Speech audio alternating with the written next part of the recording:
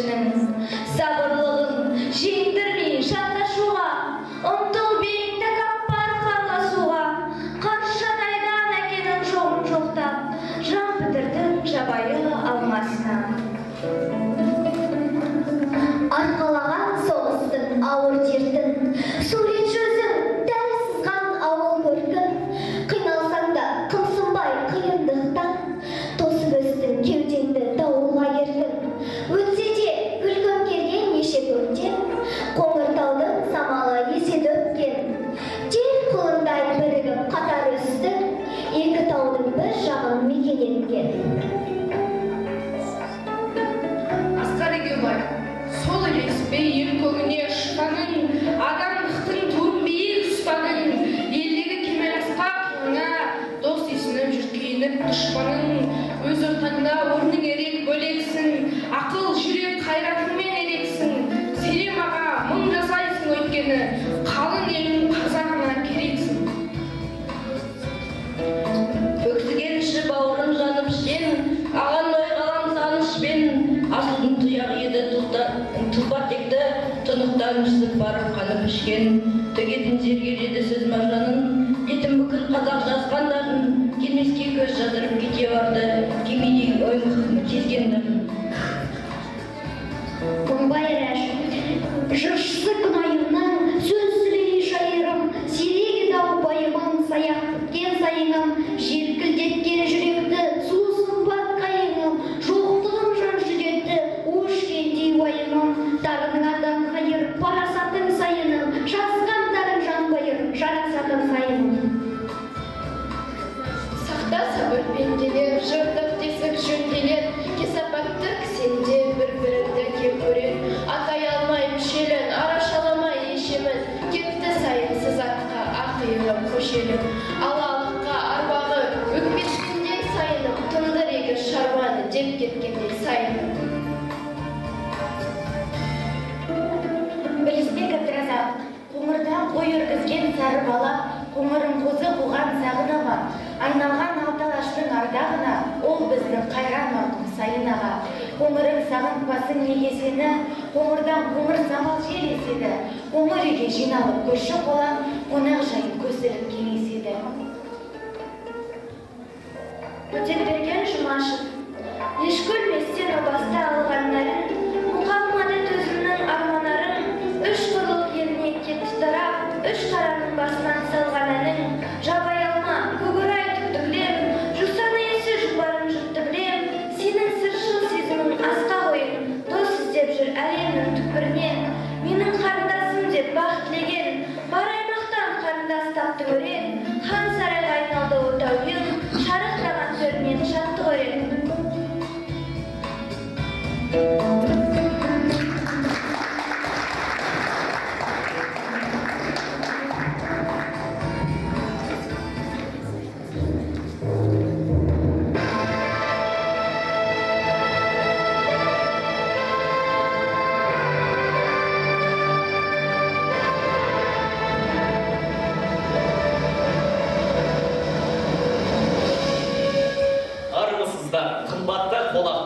ұстаздар және оқушылар, киелі жетісу жері әсем табиғатымен тамсандырып қана қоймай, жалынды азаматтармен де тәнті етіп келе жатқаны бәрімізге аян.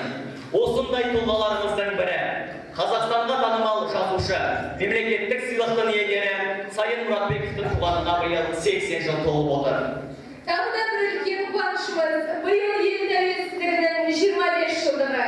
Осы қуаныштың аясында қазақ әдебиетінің қайталанбас тұлғасының бірі, Сайын даланың сайына атанған жазушының 80 жылдық мерейтойына арналған Сайын жетістік қайратының қайнатылған атты әдеби кешімізге қош келдіңіздер.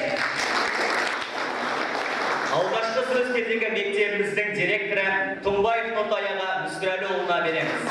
Бүгінгі біздің кешімізге, әдеби кешімізге келіп отырған сыйлы қонақтар,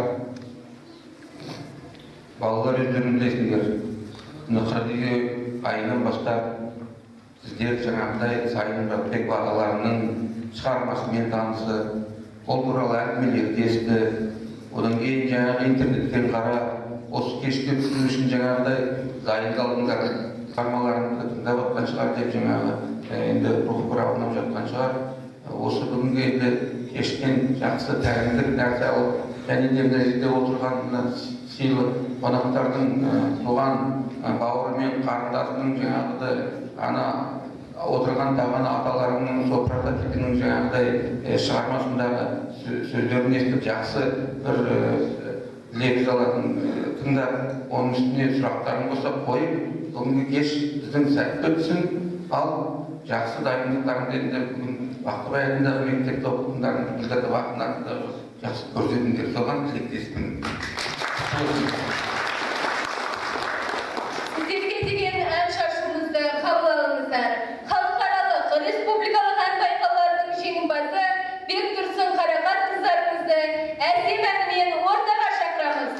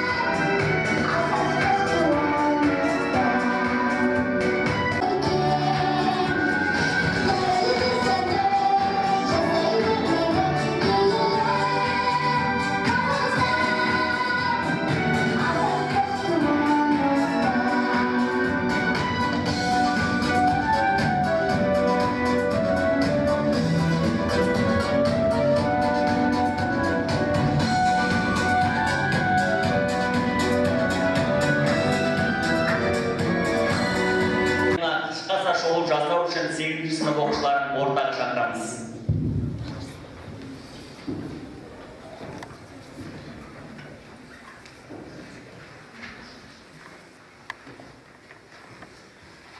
Сайын Мұратбек 1936 жылы 15 қазанда Алматы облысының Қапал ауданындағы Қоңыр ауылында туған. 1957-1963 жылдар аралығында Қазмуда сырттай оқыған. 1971 жылы Мәскеудегі жоғары әдеби курсты бітірген. 1962-1978 жылдар аралығында Жылды журналында Қазақ әдебиеті газетінде бөлім меңгерушісі, Қазақстан жазушылар одағының кеңесшісі болған. Жазушының алғашқы шығармалары 50-ші жылдардың аяғында жариялана бастаған. Содан бергі уақытта әңгімелері мен повестерінің «Менің қарындасым», «Ауыл оты», «Отау үй», «Жабайы алма», «Дос іздеушімін» атты жинақтары таңдамалы шығармаларының 1 томдығы және 2 томдығы жарық көрген. 1989 жылы «Қалың қар», 1995 жылы «Өліара» повестері кітап болып шықты. Шығармалары көптеген шетел тілдеріне аударылып, Алматы баспаларының орыс тілінде «Дом молодых», «Камен тугай», «Дикая яблоня» тағы да басқа кітаптары. Мәскеу баспаларының әр жылдары жарық көрген «Дикая яблоня», «На вершине Учкары», «Запах полыни», «У теплого родника» тағы да басқа кітаптары. Ташкентте өзбек тілінде Евшан есі, Қазанда татар тілінде Әрем есі, Украин, Беларусь, Грузин, Армян, Әзербайжан, Литва, тағы да басқа тұстас халықтар тілінде әңгіме повестері, араб тілінде Жусан есі повестері мен әңгімелері жеке кітап болып шықты. Сайын Мұратбеков аударма саласында Әнуар Әлімжановтың белгілі роман повестерін қазақшалаған. Тел өскен ұл кинофильм сценарийінің авторы. 2003 жылы «Жабайы алма» повесі үшін Тәуелсіз Тарлан сыйлығының лауреаты атанды. 1990 жылы «Қалың қар» повесі үшін Қазақстан жазушылар одағының Мұхтар Әуезов атындағы әдеби сыйлығы берілген. 2014 жылы «Бір ел, бір кітап» атты республикалық акция аясында Жусан есі басында іш қараңғы атты шығармалары ең көп дауыс жинап жыл кітап болып таңдалды. Жазушының шығармаларының басты тақырыбы адамгершілік, ар-ұждан мәселесі. Суреткерлік мұраты адам бойындағы сезімталдық пен аяушылық сезімін дәріптеу, өмірдегі игі де, ізгі істерді, адамгершілік қасиеттерді көрсету. Олай болса, Сайын Мұратбеков лирикалық прозаның ең көрнекті өкілдерінің бірі болды. Қандай өркениет заманда да ешбір алмастыра алмайды. Кітап оқу жан немізді байытады. Олай болса, режиссер Ханемнің қайнар бұлағы Сайын атамыздың шығармаларын оқып, кейіпкерлерінен үлгі алайық.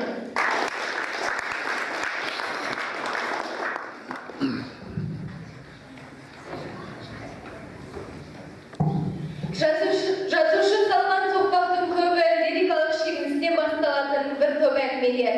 Ол да еңбекші еңбектеніп, қоғамды жырлауда шалқымай, болған дүниелерді әсірелемей, әлемнің қиюластыру арқылы мұра етіп кетті.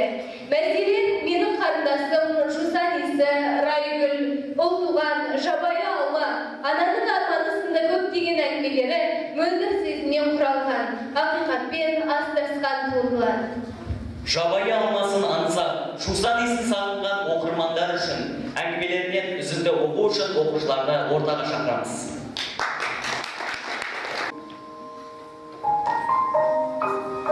Алыста қалған балалық шағым, ойымнан жарғақ сары тоны қалдырлаған, тобылғы тайған сол аяғын сүйрете жүгіретін, шірпейген арым ақсақ қара бала бір кетпейді. Көзімді сәл жұмсамам, шуылдаған балалар ең соңынан сол аяғын жер сыпырғандай көлденен сүйретіп, ес қалмай далбақтай жүгіріп келе жатқан аянды көргендей боламын. Сондайда оның алтына шыққан әлсіз жіңішке дауыспен: «Ей, тоқтаңдаршы, мен сендерге бүгін кешегіден де қызық ертек айтамын» деген жалынышты естимін.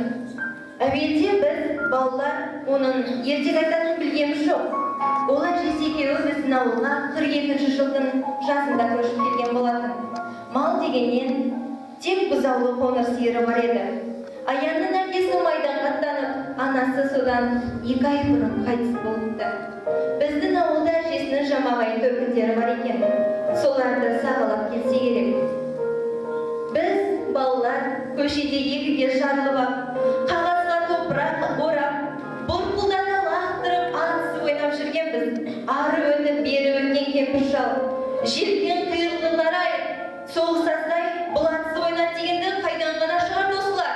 Басқа ойын назып еді деп ұрсып қуып тастайды. Менің қарындасым. Биыл қысқы демалыста ауылға келгенімде қарындасым соншалықты тез өсіп, өзгеріп кеткені қатты таңырқатты. Кеше ғана жолда келе жатқанымда оны көз алдыма тіптен басқаша елестетіп едім. Орта бойлы, толықша келген қара торы жүзді, әр кезде келген қалпында менімен таласы кетуге дайын тұратын өжет қыз. Жолақтап келген мұрны әр кезде үлгі нышанын аңғартып, сөйлеген кезде делбіреп тұрады. Қаншаны өрген қарым қала шашының маңдай ағылы ұрымына қосылмай, бүралана шоқтанып біткен.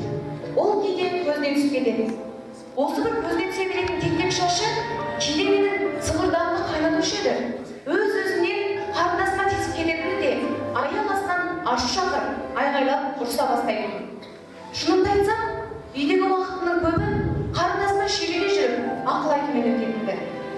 Ал ұрысқан кезінде ол көзі жапақтап, бәрін мойындап, үнсіз ғана отыратында, менің жүзімде сәл жылылық пайда болған сәтта өзіме қосыла, езу тартады. Ертеңіне қарындасы мектептен тұнжырап, өте көңілсіз қайтты. 10-шы кластың сабағы ауыр тиіп жүрген болар деп мазалаған жоқпын. Менің қимылымнан көз айырмай отырған Әлима бозарып кетті.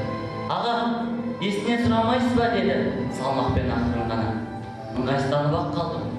Сыр бермеуге тырысып, «Мен саған бөтен емеспін, рұқсат сұрамауым міндет емес» дедім. Онан әрі оған еш көңіл аудармастан күнделікті ақтарып қарай бастадым. Жаңа ғана бетімді ызғар тепкен ашуым қайтып, еріксіз ризалық білдірумен тура келді. Күнделіктің алғашқы беттерінен бастап ақ кілең бестік тізіліпті. Тек қана бүгін физикадан 2 алған екен. Қарындасымның жабырқауы осыдан болар деп ойладым. Өзің алтын медальға үміткер екенсің ғой дедім, көңілін ауламақ болып. Әлима да үн жоқ, сұп-сұр болып бір орындан қозғалмай отыр. «Әлима, саған не болған? Әлде біреу ренжітті ме?»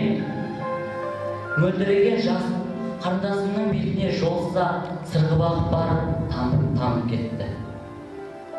Енді күнделікті орнына қоя бергенімде арасынан төртке бөлінген сурет сырғып кеп аяғымның астына түсті. Енді ала бергенімде қарындасым қолыма жабысып, «Аға, жаным аға, өзімен қайтарып беріңіз» деді. Төртке бөлінген жігіт суретін анықтап көре алмастан қарындасыма қайтарып берді. Райгүл. Бояу шығар демесеңіз, бері шөп істей отырыңыз. Менің де күткен осы ғой. Қызбен қатарласа келіп отырдым. Енді сәл қысайсам, қыздың мойнындағы жүрек орамал менің бетімді қытықтайтын болды. Арба шайқалғанда қыз екеумізге қақсатын болды. Бірақ қыз маған көңіл бөлетін емес. Шыны керек, басында ептеп қысылдым, бірақ кейінірек өзімді еркін сезіне бастадым. Атты сонша айнап қайда асығасыз қарындас? Жаяу жүрейік те деймін. Немене? Арбашы өзі түйіліп келеді ме деді. Мен сасып қалдым. Жоқ, жай таныс отыралық деген ғой. Танысып құда түспек бедіңіз, кеш қалдыңыз деді. Қыз қатулы қалпына қайтадан келді. Үнсіз келеміз. Біраздан соң ат айдауға тілек білдіріп қолымды делбеге созған едім. Қыз шытынып қалды. Рахмет, мен өзім де айдай аламын деді. Делбені кере қағып жіберді. Сәлден соң қыз маған әдейілеп тұрып бұрылып қарады. Қадала қалған шарасы, кең қараңғат көздері мен болымсыз секпілі бар. Ашаң жүзіндегі маған деген таңырқаушылығы сонша. Тіпті мен сасып қалдым. Қателеспесем, сіз күйеу жігіт боларсыз деді. Қайдағы күйеу жігіт дедім кісіне таңданып. Кәдімгі қайын жұртына келген деді. Қой, сірә мына қыз мені мазақ етіп отырған болар деп одан әрі сөз қозғауды орынсыз көрдім. Ана арманы.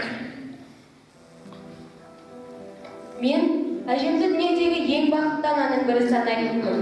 Өз құрсағынан шыққан 3 жыл мен бір қыздан өніп өскен өркеннің өзі бір кішігірім ауыл жеріндей болып қалды. Алла, осылардың бейнеті маған зейнет емес пе?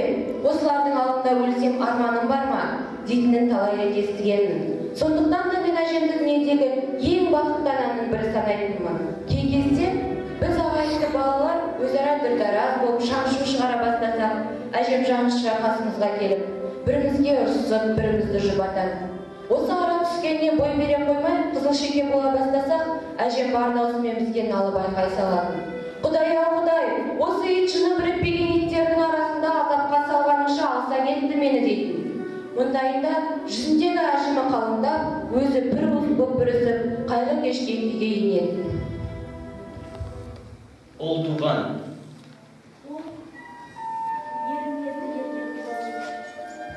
Бірақ жастайдан тез өсті.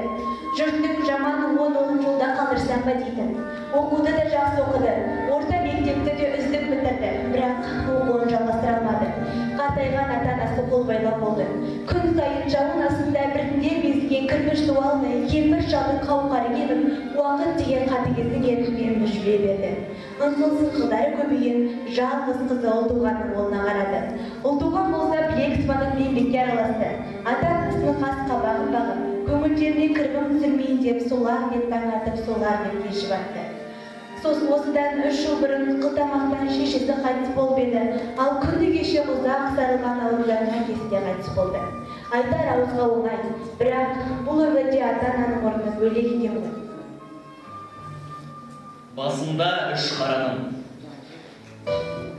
Міне, еңіс ойда жатқан ауылдың төбесінде көрінді. Әпкесі хат жазған сайын ауылдың көркейгендігін, жаңа мектеп, жаңа үй, жаңа құлыптардың салынғанын айтады. Ол өзгерді, әсет өзінше тұспалдайды, бірақ дәл бұлай көрнекті болар деп ол ойлаған емес. Машина дөңнің үстіндегі әпкесінің үйінің алдына келіп тоқтай қалған. Әсет жерге түсер түспестен әпкесіге бас салып шарықтап көпке дейін аялмай қойды. Толып жатқан әйелдер, кемпірлер шуылдасып кетіп бұларды қоршап алды. Бәрі де жапықтап кетіп мұның қолынан сүйеді. Бірі маңдайынан, бірі қолынан, бірі бетінен сүйіп, мүлдем құлағын тұндырып басын айналдырып жіберді. Онан кейін әсет бұлардың кейбірін танып, кейбірін шығамытса, кейбіреулерін таныған жоқ. Бірақ өздері қайта-қайта қолынан сүйіп есін шығарып жүрді. Онан кейін әпкесі және бір әйелдер көздерінің жасын сығымдасып жүр. Бой жеткен сүйкімді қыздар, жасөспірім балалар келіп қол алысып амандасып жатыр. Бәрі ағалап тұр. Бірақ әсет олардың ешбіріне дамыған жоқ. Тек үлкен күйде жақсы майналай, сәлеметіме қалқан дей берді. Бәрі де әсем, нұр жүзді көрінді. Қандай әдемі жастар өскен деп сүйсінді әзет. Жабайы алма. Тау бөктері тұтасқан жабайы алма болатын. Соғыс жылдары біз жас балалар қалың өмірге қол аяғымызды қызыл ала жоса жатқызып, ұзақ түнге алмадан алма таңдап, сол бөктерде тентіреп жүруші едік. Қышқылтым ақ алманы тістегенде мұз шайнағандай қышылдайтын. Сәлден кейін тісті қамап қалатында зар қақтырып бастырмай тастайтын. Сонда да жетіміз. Таңшылықта қабысқан қарынды алмамен болса да істелеп жуату керек. Ішіміз көгеріп, ауырсына ыңқылдап жататын кезімізде көп еді. Қоңыр санал соғатын. Итмұрын, қарақат, бір көздер неше алуан иісі аңқитын. Бірақ ақ алманың, жабайы алманың қымыз иісі бәрінен де ерекше еді. Қай жағына қарасам да бұтақтары сынып кетердей болып иіліп, көзді арбаған ақ алма сықасып тұратын. Тістерді жарқырап, қашыр-қашыр шайнайтынбыз. Кешке қарай өрістен қайтқан малмен бірге алма толы бір-бір дорба қоржындамыз да қалап, біз де ауылға бет алатынбыз. Ауылдың желке тұсына жеткенде жолдағы көлденен тұрған бір түп үлкен алма ағашты айналып өтетінбіз. Ірі ақ алмалар жерге төгіліп жатады. Бірақ біз оған жолай алмаймыз. Өйткені бұралқы қарағаншық сол ағаштың түбіндегі үңгірді мекендеп алған. Жылда күшік дейді де бізді мүлдем маңайлатпайды. Қарағаншық та соғысқа дейін атағы жер жарған таз екен. Иесі бәсен соғысқа аттанып, әйелі жайдан көрші ауылдағы төркіндеріне көшіп кеткен соң, ол далада қаңғып қалады. Оны әкетпек боп қанша әуреге түскенімен ол жат жерге аяқ баспай қояды. Бірде жайдар оны іздеп келіп, әдейілеп шақырып, алдына ыстық тамағын қойып, онымен адаммен сөйлескендей: "Көкінай-ау, бұның не? Неге сонша бұлданасың? Әлде көшіп кеткеніме қарсымысың? Бәсенім мен аман есен қайтып келген соң, әлі де келеміз ғой бұл жаққа. Оған дейін бір жерде болайық та" деп, оны жіппен байлап алып кетеді. Бірер айдан кейін ол қайта қашып келеді. Иемденгісі келген ешбір үйге барып паналамай, алып алмағаштың түбіндегі ескі үңгірді паналапты. Өзі алма жеуді де үйреніпті. Жылда күшік дейді екен. Ауылдың үлкендері күшік бауыр көтерген кезде бір-бірден бөліп алады екен. Осы 2-3 айдың төңірегінде ауылдағы иттердің тең жарымы осы Көкінайдың тұқымы болып кетіпті.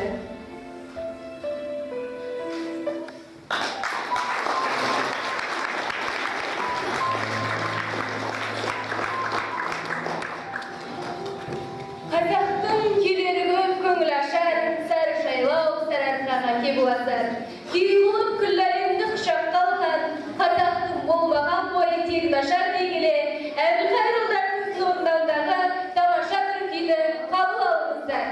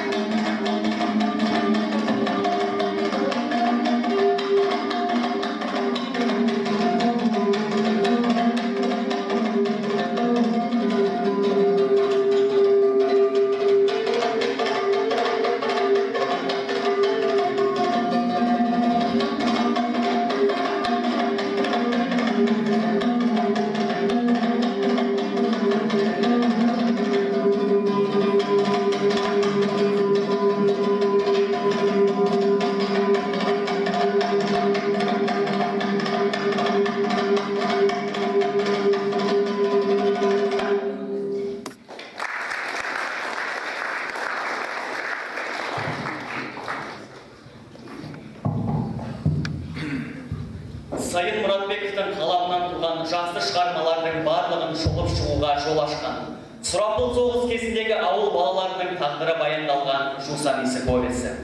Басты кейіпкері Аянның табылымды өмір арқылы Сол замандағы барша ауыртпалықты салмақта саралап берген жазушының айтар ойы да нанымды берілген.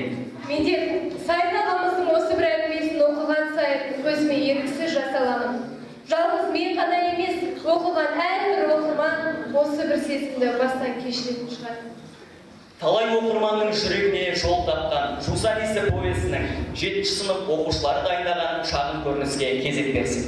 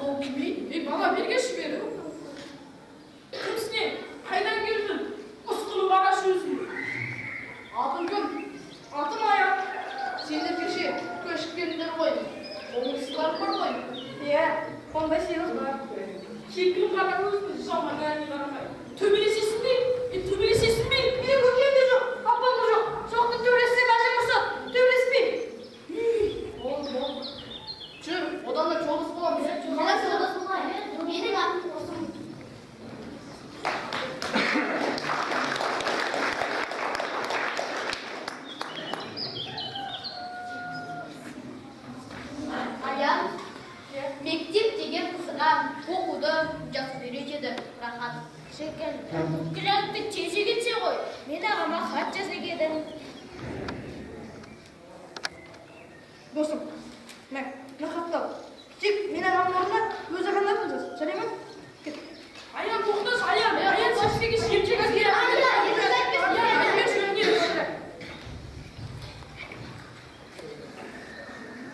Ертеде бір көжеттің бұла болды.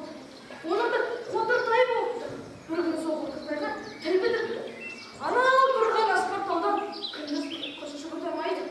Неге дейсің? Сенің бір қанаты тікейіп қалады. Тек түнде ғана шығады. Біздің де түнде кіруіміз керек. Түнде маған да қанат бітеді. Деп ана қотыртай қошысын болып айтады. Сен тек жығып қалмай, көзді тыныш жұмыс айтқанын орында дейді. Ана жетіп бала қотыртай айтқан. Түркел орындайды. Жетіп бала қонақтауға жетеді. Сендер қыз айтайын ба? Бүгін сөйле, әкемді көрдім. Рас айтам. Назарда әкемнің бар досын басына көпке дейін еске қатқан. Есін қатты. Бір Жусанис сияқты жақсы ес. Әже бұлдай. Анау әкемді Жусан төмен үстінде мал қайрандап жүргенде тапқанмын дейді. Әкеме Жусанис одан болды. Мен де көкем партиясын жанын жаламын. Менің де көкем партиясынан Жусанис шығып тұрады. Мені шығады, секундыш. Мен де көкеме тартыппын ғой. Менен де Жусанис шығады екен ғой. Десе қойдыш. Ой балалар, жинақ қатысыңдар ғой. Аян, саған әкемнен хат келді. Әкемнен хат!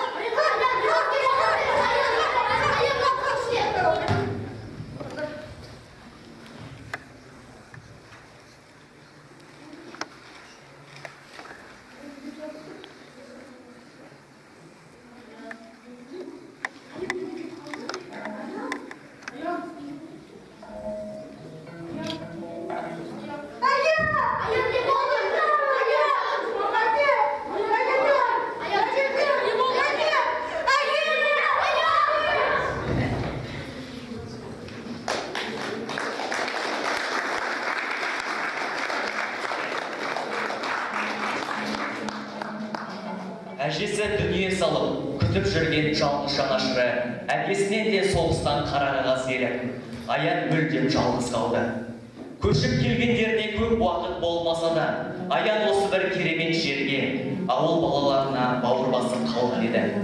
Балалар үйіне кетіп бара жатқаны Аянның жанына қатты батты.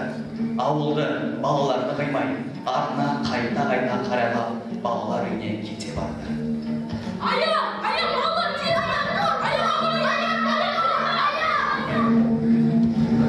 Жусан исі, сондай да есіме тағы да аян түседі.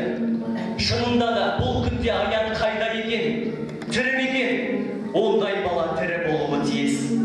Ондай бала алдына нендей мұрат қойса да жетеді.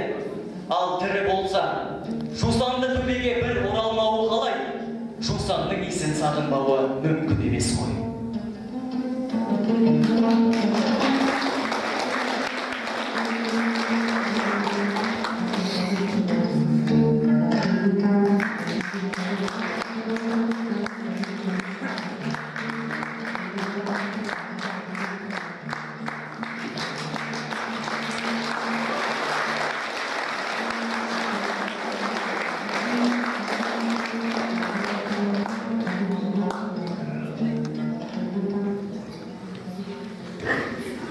Қалай ойлайсыздар, шынымен аян қайда екен? Аянның бейнесін жасауға негіз болған түпкі тұлғасы, прототипін алған атамыз ортамызда отыр. Ол кісі қазір Ескелді ауданы Ақынсары ауылында тұрады. Ендігі сөз кезегін осы шығарманың кейіпкері Науқан ағамызға берсек. Сендер жақтар балдарға сендерді бір енді азықпына жастасындар жүрбек бата бермесек, көңілдерін көккерге ұшқан құстай сармасын, ұшқанда сармап алысқа қанаттарын қалмасын, Құдайым берсін береке, бергенімізді алмасын, ауыртпау заманда бастығымызда шығармасын. Құдайым бақ берсін, бақ бірімді нақ берсін, сөйлегенде білдірмей жанға жақ берсін. Елге қамқор болатын астына алып тақ берсін. Жанбасыр жолда наудақ бол, жақсы келіп қалып берсін. Пайғамбардың әулет сары жолы сап берсін. Бір аллада тілейтінің барлықтары бастарына баяндығы бақ берсін. Аллаху акбар.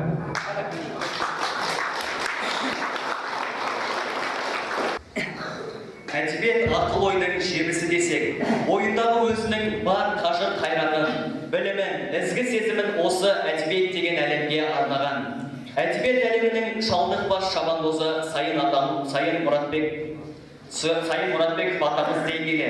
Сайын атамыз туралы естеліктермен бөлісу үшін бүгінгі әдеби кешіміздің құрметті қонағы Ғалым ағамызға сөз кезегін береміз. Ең бірінші, осыны бүгін ұйымдастырып отырған өсердің керектері, осы аяқтыларына, ұстаздарға, өздеріне көп рахмет айтылады. Қандай күшті болды.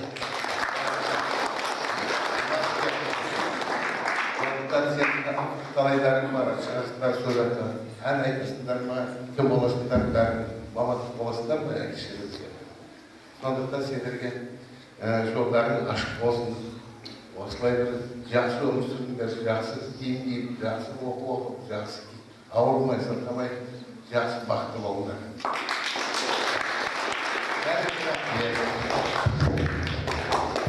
Келесі сөз кезегін Сайын Мұратбеков ағамыздың қарындасы Майра Мұратбекова апайымызға береміз.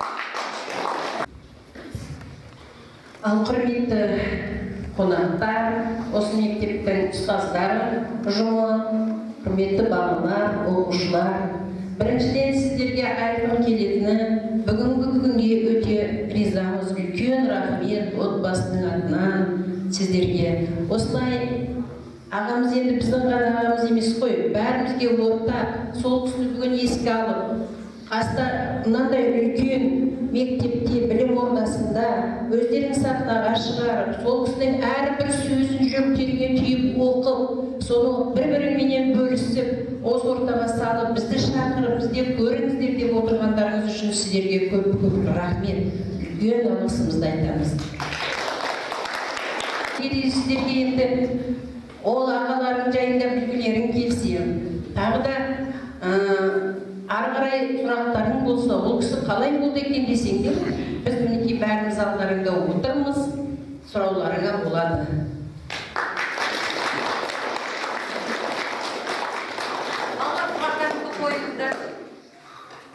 Көрермендер арасында сұрақтар болса, қоюларыңызға болады.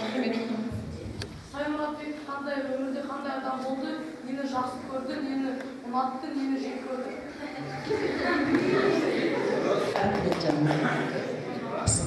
Сайын ағаларымыз жас кезінен ол кісі өте кішіпейіл болды. Ешқашан да дауыс көтермейтін. Ол кісі бізден үлкен болды ғой. Үлкен болғанда үлкен ағаларымыз кейде әй сөйтпе, бүйтпе деп түйіп қалып, түртіп қалушы еді ғой. Ол кісінің бойында ондай қасиет болған жоқ. Ол тек қана ақырын ғана сабырлылықпенен айтатын. Ол кісінің ең жақсы көргендігі шыншылдық, адалдық болатұғын. Қашан да өмір сүйгіштігі, өтірік айтпайтындығы ол кісінің бойындағы ең бір жақсы қасиет болатұғын. Жек көретіні ол кісінің өтірік айту. Ешқашан да алдағанды жек көретұғын. Өтірік айтпаңдар.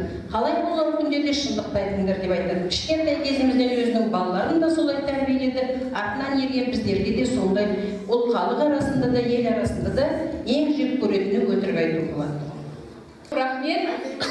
Оқушылармен әдеби естеліктеріңізбен бөліскендеріңізге көп рахмет. Ал енді келесі сөз кезегі Сайын Мұратбеков ағамыздың немере қарындасы Салтанат апайымызға береміз.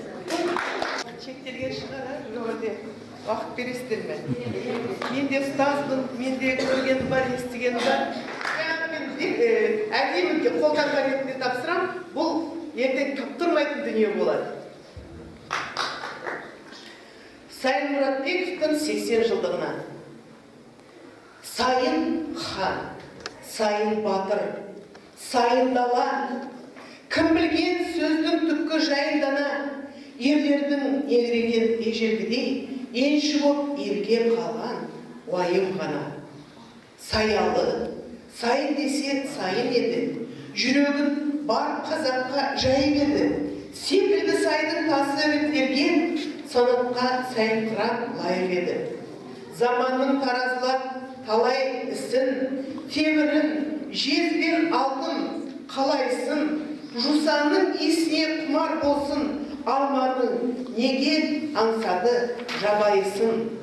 Сайынның бойы биік, сойы бөлек, тап-таза сезім күйі ойына ерек, тұп-тұнық табиғаттың тынысындай, тұңғиық әлем сондай болу керек.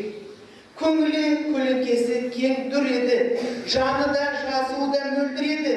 Көшпелі көкке беттен сайын ағам, мөлдірлеп көркем сөзді өлдімеді.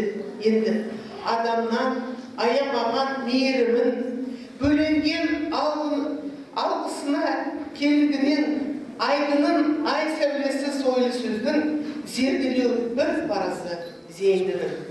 Қанаттың жеткен жерге үш қарағым, өсиет өнегесі күшті ағаның, жастықтың жан асырын жырға қосып, басында отырғандайсың үш қарағым дейді. Бұл ақынның арнауы сол кешегі Астанада өткен кездесуден.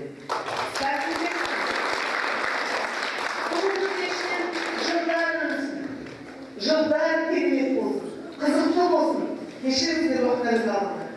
Мақтанамыз сіздерге, мақтануға лайықты ағаларымыз бар, аталарымыз бар. Биікте берсін тәуелсіздігіміздің туы. Құтты болсын.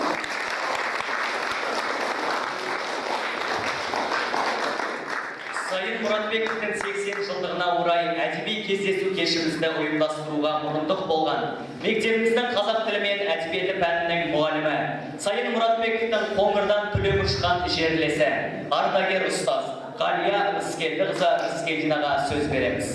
Қонақтар, оқушылар, бүгін біз Сайын ағамыздың шығармасынан сусындап отырмыз. Мына жерде Сайын аға туған топырақта, Сайын аға кешкен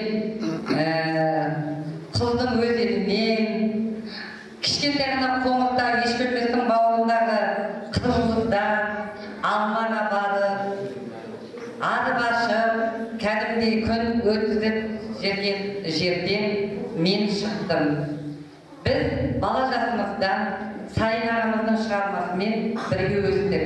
Ол кісінің әр шығармасы сиясы кеппей, алға жұлдыз журналдарында шыға бастаған кезде біз сол шығармалардың ішінен сол ауылдағы кейіпкерінен, сол ауылдағы адамдарды іздейтінбіз. Иә, Сайын аға мына шығармасында мына адамды алды, мына шығармасында мынау деп кәдімгідей сын бейнесімен келбеті мен сол адамдарды іздейтінбіз. Жаңа ғана Майра апай айтты ғой, ол кісінің кейіпкерлерінің барлығы жаңа ауыл адамдары. Сол ауыл адамдардың бірінен жаңа адамгершілік қасиетін алса, бірінен жаңа кісілік келбетін көрді. Міне сондайдан топтастырылған үлкен жаңағы портреттер галереясы жатады десем артық айтқан емес. Енді Сайынағаның шығармалары туралы барлықтарыңыз білдіңіздер, мен оны өзіме құрметте мақтан санаймын. Ауылымыздан шыққан біздер мұғалімдеріміз оқығанда пионер кезінде білесіздер ғой, жаңа приветствие айтты. Сол кезде бізге былай дейтін: Ғали шыққан, сайын шыққан деп осылай жалындатқан өлеңдер айтатынбыз. Зілиха Нұғманова деген апайымыз болған. Сол Сайын Мұратбековтың құрдасы болған. Сол кісі өлеңінде ең бірінші солай деп айтты: Ғали шыққан, сайын шыққан деп. Ғали шыққан деген өздеріңіз білесіңдер, Жетісу мемлекеттік университетінде үлкен кітапхана Ғали Орманов атында. Ол да сол топырақтың иесі, мен де сол топырақтың иесімін. Сондықтан кішкентай ғана ауылдан осынша адамдар шыққанын мақтан тұтамыз. Сайын аға біздің көзімізді ерте ашты. Ол кісі Алматыға кеткен сәттен бастап сол Алматыдағы белді жазушылар біздің ауылымызда жиі болды. Сәбит Мұқан сияқты, Шамшы Қалдаяқов сияқты әнші тарғандар, Роза Бақанова сияқты ән падишалары біздің ауылда жиі бас қосты. Осының бәрінен орын болған, өзінен кейінгі ұрпағын сол өнер әлеміне таныстырып кеткен бірден бір адам Сайын Мұратбеков болатын. Енді осының адамның есін алып қарасақ, жалпы кейін өзімде пенсияға шықтым, ардагер ұстаз атандым. Соны қарап отырып санасам, Ұлы Отан соғысынан кейін біздің мектепте алғашқы жоғары білімді алған менің кіші әкем Қожахметов Кәкімбай болған. Сол кісі Ұлы Отан соғысынан кейін Абай атындағы педагогикалық институттың химия факультетін бітірді. Содан біздің ауылдың 50% десем, сол оқу орнынан білім алды. Ал Әл-Фараби атындағы қазіргі бұрынғы Сергей Миронович Киров атындағы Қазақтың ұлттық университетін алғаш театр етіп, сол жерде білім алған Сайын аға болатын. Сайын ағадан кейін ол шаңыраққа жаңағы бітіріп шыққан ауылда Майра апай, онан кейін Ботай Болат деген ағамыз болды. Сол кісілердің ресміші иншалла 4-ші болып сол университеттің студенті мен атандым. Мен сондықтан Сайын ағам оқыған университетте білім алып, осындай жаңа көшеді өнердің иесінің жаңа ізін жалғастырған жазушы болмасам да, қазақ әдебиетін балаларға таныстыруға, тілді меңгертуге бар күшімді салдым. Сол университетте жүргенімізде де Майра апай бітіріп жатты, мен түсіп жаттым. Сонда Майра апай бітіріп жатқанда бұл кісі Калининнен диалектология бойынша жаңағы диплом жұмысын қорғап жатыр. Мен бірінші курста сол кісінің Ақжайық романына қабылдесен жараттым, курс жұмысын. Сонда да Калиновтың айтқаны ғой: Алла, мына таудың жетісудың қыздар көздерің бір-біріне неге айнымайды? Көзіміз соғылған қарағанда жалғыз кеткен болу керек. Ерекше көз. Сондықтан ғалым аға, Майра тәте, салтанатты деп көріп ерекше қуанып отырмын. Бізге ағай айтады: сендер ерекше мектептенсіңдер. Сондықтан қаладағы тұңғыш қазақ мектеп, қазақтың иісі шығып тұру керек деп айтады. Кейде ағайға ренжиміз: ағай, біз өнер мектебіміз бар деп.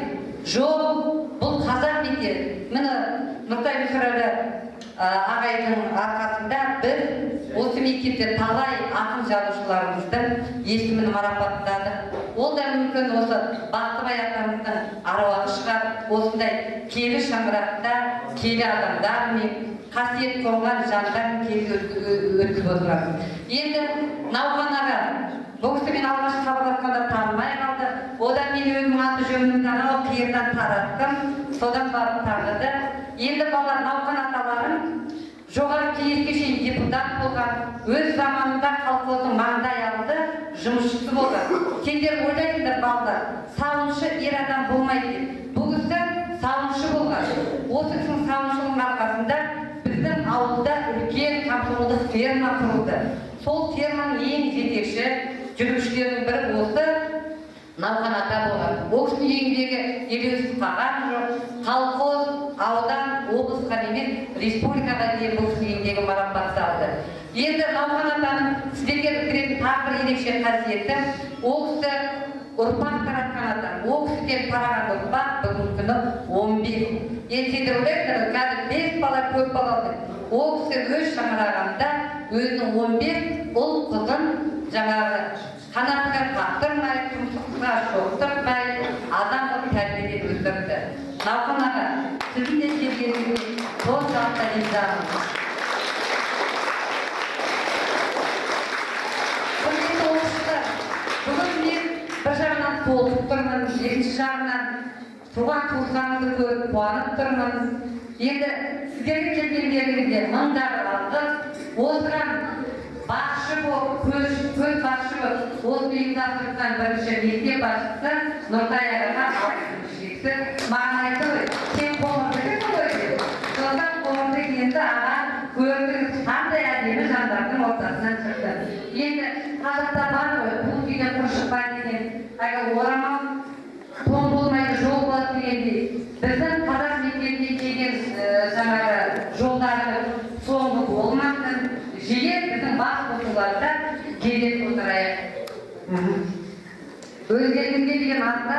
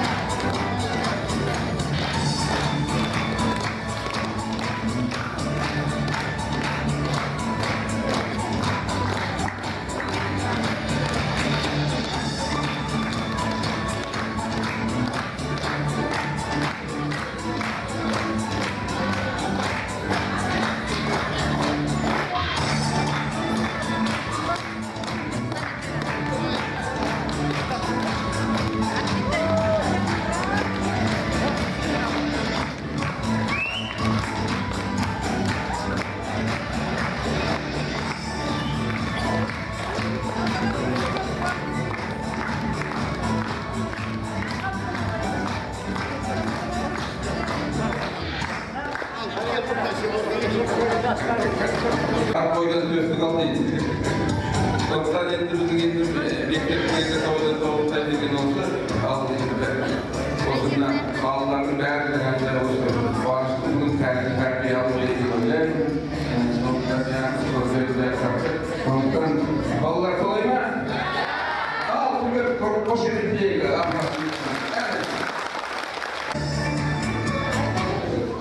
Сайын Мұратбеков адам өмірінің мәні мен сәнінде сан қатпарлы қиыншылықтарын да шуақты нұрға бөлеп, терең тебіреніске астастырады.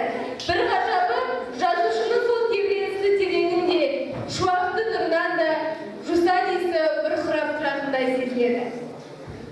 Онда сыр мен саз, үлбіреген өмір мен мөлдіреген сезім бар. Қайтпас қажыр мен қайнаған қуат, күшті рух бар дей келе.